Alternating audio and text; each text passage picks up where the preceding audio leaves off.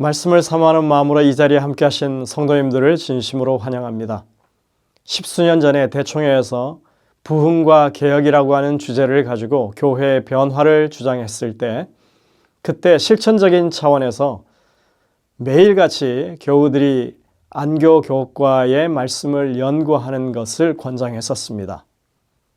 그로부터 십수년이 지난 2023년에 저희들이 이렇게 미주에 계신 성도님들을 대상으로 매일같이 안식일학교 교과의 말씀을 함께 나눈다고 하는 것은 의미가 있는 일이라고 하겠습니다.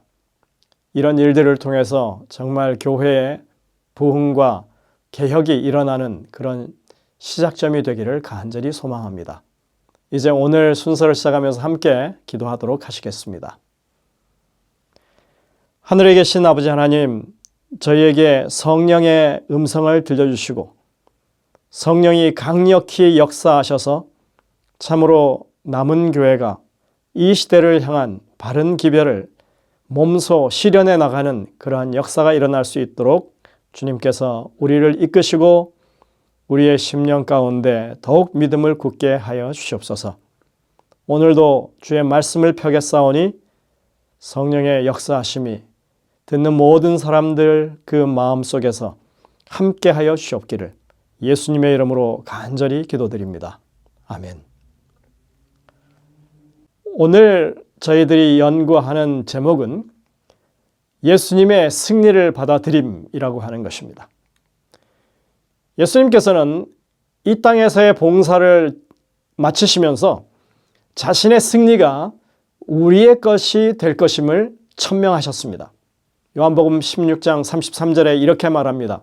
이것을 너에게 이르는 것은 너희로 내 안에서 평안을 누리게 하려 함이라. 너희가 환난을 당하나 담대하라. 내가 세상을 이기었노라.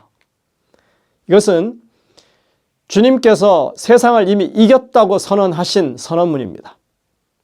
그리고 이것은 바울의 간증을 통해서 분명해집니다. 로마서 8장 37절에 이렇게 말합니다. 이 모든 일에 우리를 사랑하는 이로 말미암아 우리가 넉넉히 이기느니라. 그리스도의 승리가 우리의 승리가 될 것을 바울은 분명히 말했습니다. 야고보는 우리가 승리하시는 주님 예수님을 의지하고 나아갈 때 믿음의 승리가 가능하다고 말합니다. 야고보 4장 7절입니다. 그런즉 너희는 하나님께 복종할지어다. 마귀를 대적하라. 그리하면 너희를 피하리라. 성경에 묘사되어 있는 것처럼 예수님은 사탄과의 전투에서 진 적이 없으십니다. 예수님은 능력의 정복자이시고 악의 세력에 대한 승리자이십니다.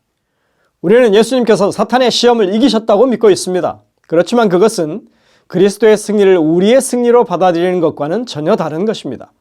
이것은 하나님이 우리를 구원하셨다고 하는 사실과 우리 각자가 그 구원을 믿음으로 인정하는 것이 또 다른 문제인 것과 같은 것입니다. 많은 사람들이 구원의 확신을 얻지 못해서 고민하고 있습니다. 그렇기 때문에 우리는 바울이 권면했던 것처럼 언제나 우리가 구원의 믿음에 확고하게 서 있는지 스스로 확인할 필요가 있습니다. 고린도후서 13장 5절에 바울이 이렇게 말합니다. 너희는 믿음 안에 있는지 너희 자신을 시험하고 너희 자신을 확증하라. 예수 그리스도께서 너희 안에 계신 줄을 너희가 스스로 알지 못하느냐? 그렇지 않으면 너희는 버림받은 자니라. 성도님들, 오늘 우리 모두는 이 아침에 예수 그리스도께서 승리하셨다고 하는 확신을 마음 가운데 되새기면서 힘찬 믿음의 발걸음을 옮기게 되시기를 간절히 바랍니다. 계시록 12장 10절에 이렇게 말씀합니다. 내가 또 들으니 하늘에 큰 음성이 있어 이르되 이제 우리 하나님의 구원과 능력과 나라와 또 그의 그리스도의 권세가 나타났으니 우리 형제들을 참소하던 자, 곧 우리 하나님 앞에서 밤낮 참소하던 자가 쫓겨났고 합니다. 우리를 참소하던 자가 쫓겨났다고 하는 소식에서 우리는 우리를 향하신 하나님의 격려를 발견합니다. 비록 그 전투는 여전히 지상에서 계속되고 있지만 사탄은 패배했습니다. 그것은 아주 확실한 사실입니다. 이것은 인간 역사의 마지막에서 정말 영광스럽게 그리스도께서 승리하실 것에 대한 그런 사실뿐만 아니라 우리 개개인의 오늘의 삶에서 악의에 찬 세력, 정사와 권세를 가진 세력과 마주한 우리의 싸움에 있어서도 그 승리가 여전히 빛난다고 하는 사실입니다. 그런데 어떤 그리스도인들은 좌절된 패배 가운데 살고 있습니다. 그들은 자신의 태도나 습관에 대한 승리를 기대하지만 그들의 개인 생활에서 그들을 위한 그리스도의 승리의 실제를 경험하지 못하고 있는 것입니다. 예전에 이 장로교에 다니던 믿음 좋은 여신도 한 분이 저희 교회에 잠시 다닌 적이 있었습니다. 얼마나 성경을 착실히 연구하고 기도 생활에 전념하는 사람인지 참 감탄이 나올 정도였습니다. 그분이 한동안 교회에 출석하고 나더니 저에게 질문을 했습니다. 왜 이 교회에서는 예배 시간에 참회 시간을 갖지 않습니까? 얘기인 즉슨 예배 분위기가 아주 진중하지 못하고 너무 밝다는 것입니다. 가볍다는 것입니다. 사람들이 소리내어 웃고 그렇게 떠드는데 그게 진짜 기쁨에서 나오는 것인지 의아하다는 그런 것입니다. 그래서 제가 이렇게 말했습니다. 재림교회는 기쁨을 경건으로 이해하는 교회입니다.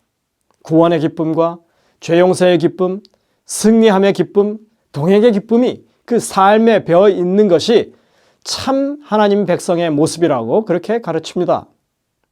아마도 그분은 교회에 나와서 가슴을 쥐어뜯으면서 통회하는 것이 그리스도인, 그러니까 아직은 여전히 죄인인 그리스도인의 삶의 모습이라고 그렇게 단정했던 것 같습니다. 여러분들은 어떤 그리스도인들이십니까? 날마다 참회와 통회의 눈물 속에 사는 그리스도인입니까? 아니면 구원의 기쁨 속에 살아가고 계십니까? 계시록 12장 12절에 요한은 이렇게 말합니다. 그러므로 하늘과 그 가운데 거하는 자들은 즐거워하라. 비록 12절의 그 내용이 용이 분노해서 하나님의 백성을 괴롭히려고 하는 그런 상황에 처해 있긴 하지만 그리스도인은 그래도 기쁨을 가질 수 있다고 요한은 말하고 있는 것입니다. 계시록 12장 11절을 여러분들이 한번 깊이 묵상해 보시길 바랍니다. 또 우리 형제들이 어린 양의 피와 자기들이 증거하는 말씀으로써 그를 이겼으니 그들은 죽기까지 자기들의 생명을 아끼지 아니하였느니라. 그리스도인의 승리와 그에 대한 믿음을 가지고 사는 것이 얼마나 우리들에게 중요한 것인지 요한이 강조하고 있는 부분입니다. 요한은 지금 우리가 불리한 것처럼 보이는 이 상황 가운데서도 승리의 즐거움을 누리는 두 가지 이유를 말하고 있습니다. 첫 번째는 어린 양의 피가 우리에게 승리를 가져왔기 때문이라고 말합니다. 7교회 보내는 요한계시록의 기별 가운데서 이기는 자라고 하는 표현이 7번 등장한다는 사실 여러분들이 기억하시길 바랍니다. 요한계시록 12장 11절에서도 여전히 이 개념이 반복되고 있습니다. 본문에 이기었으니 라고 하는 단어의 헬라어는 니카오입니다. 이것은 문자적으로 정복하다, 이기다, 승리하다 또는 승리를 거두다 라고 번역된 말입니다. 우리가 어떻게 이기는 자가 될 수 있는지 이것이 말해주는 것입니다. 요한계시록 12장 11절은 그것이 어린 양의 피로 가능하다고 분명하게 선언합니다. 예수님의 십자가의 죽으심은 실패나 굴복이나 좌절이 아니었습니다. 그것은 사탄에 대한 완전한 승리였습니다. 창세기 3장 15절이 예언했던 것처럼 그것은 뱀의 머리를 밟아 승리를 거두는 사건이었습니다. 정복자가 패배자의 머리를 발로 밟는 행위는 고대 근동에서 흔히 목격되는 그런 모습이었습니다. 여호수아가 가나안을 정복해 나갈 때 아모리 족속의 5 왕들이 대적했지요. 그리고는 싸움에서 패해서 도망가다가 굴에 숨은 사건이 있었습니다. 여호수아가 그 5 왕들을 그 굴에서 끌어내어서 이렇게 백성들에게 명합니다. 여호수아가 이스라엘 모든 사람들을 부르고 자기와 함께 갔던 지휘관들에게 이르되 가까이 와서 이 왕들의 목을 발로 밟으라 하매 그들이 가까이 와서 그들의 목을 밟으매 여호수아가 그들에게 이르되 두려워하지 말며 놀라지 말고 강하고 담대하라. 너희가 맞서서 싸우는 모든 대적에게 여호와께서 다 이와 같이 하시리라 하고. 그러니까 창세기 3장 15절에 예언되어 있는 것, 여인의 후손이 뱀의 머리를 상하게 한다는 그 말씀은 분명히 승자와 패자의 모습을 보여주고 있습니다. 이것은 완전한 승리를 거둘 것을 의미하는 것입니다. 이렇듯이 하나님의 구속 사업은 그것이 아담과 하와의 그 범죄 현장에서 공표되었던 그 첫 순간부터 승리가 분명하게 보여지고 있는 예언이었던 것입니다. 하나님께서는 우리를 대적하는 모든 대적들을 다 그분의 발 아래 굴복하게 하실 것입니다. 이것이 우리가 하나님 편에 서 있는 혜택입니다. 하나님이 우리를 위하시면 그 어떤 것도 우리에게 문제가 되지 않을 것입니다. 왜냐하면 그분이 승리를 우리에게 주실 것이기 때문입니다. 요한계시록 5장의 예언적인 계시에서 요한은 하늘에 펼쳐진 하나님의 보호자의 광경을 바라볼 때 그곳에서 죽임을 당한 어린 양의 모습을 발견합니다. 그리스도의 희생은 온 하늘이 주목하는 핵심입니다. 하나님의 무한하고 측량할 수 없는 사랑을 나타내는데 십자가보다 더 숭고한 것은 없습니다.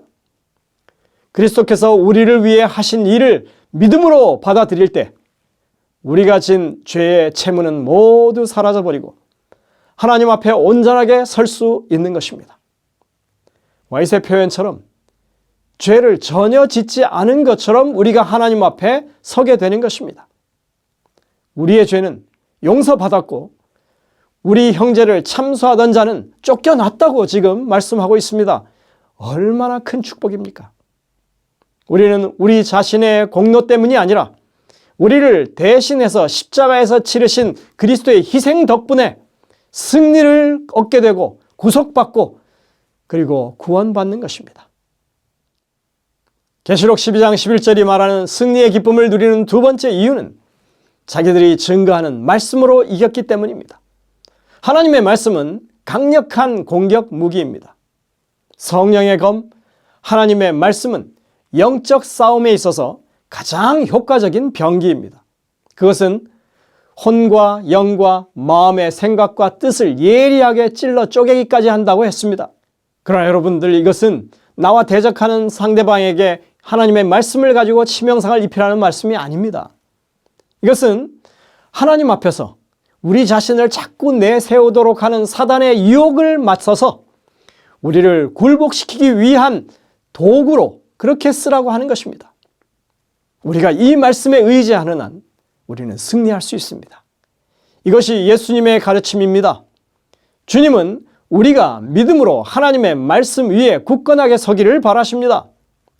우리가 하나님의 말씀에 순종해서 정말 하나님의 뜻을 이루는 사람들이 되기를 원하십니다. 우리가 그러한 믿음 가운데 드리는 모든 기도와 고백과 감사의 향연은 하나님께서 기꺼이 받으시는 산제사가 될 것입니다. 와이트는 이것에 대해서 이렇게 설명하고 있습니다. 우리의 죄 용서를 위해서 탄원하시는 중보자. 구원의 주께서는 단지 탄원자로서 우리를 위해 간구하시는 것이 아닙니다. 당신의 승리를 주장하시는 승리자로서 간구하십니다. 그가 드린 제물은 완전했습니다. 우리의 중보자로서 그는 당신 자신이 계획하신 사업을 수행하고 계십니다. 즉, 당신의 백성들의 기도와 고백과 감사의 향연에 당신의 흠없는 공로를 섞어서 하나님 앞에 올리십니다. 이 제사는 하나님께서 온전히 받으실 만한 것이 되어 그분의 용서가 모든 범죄를 덮어주게 됩니다. 실물교훈 157쪽에 있는 말입니다. 예수님의 보혈이 우리의 승리의 원천입니다. 하나님의 말씀이 우리의 승리의 보장입니다.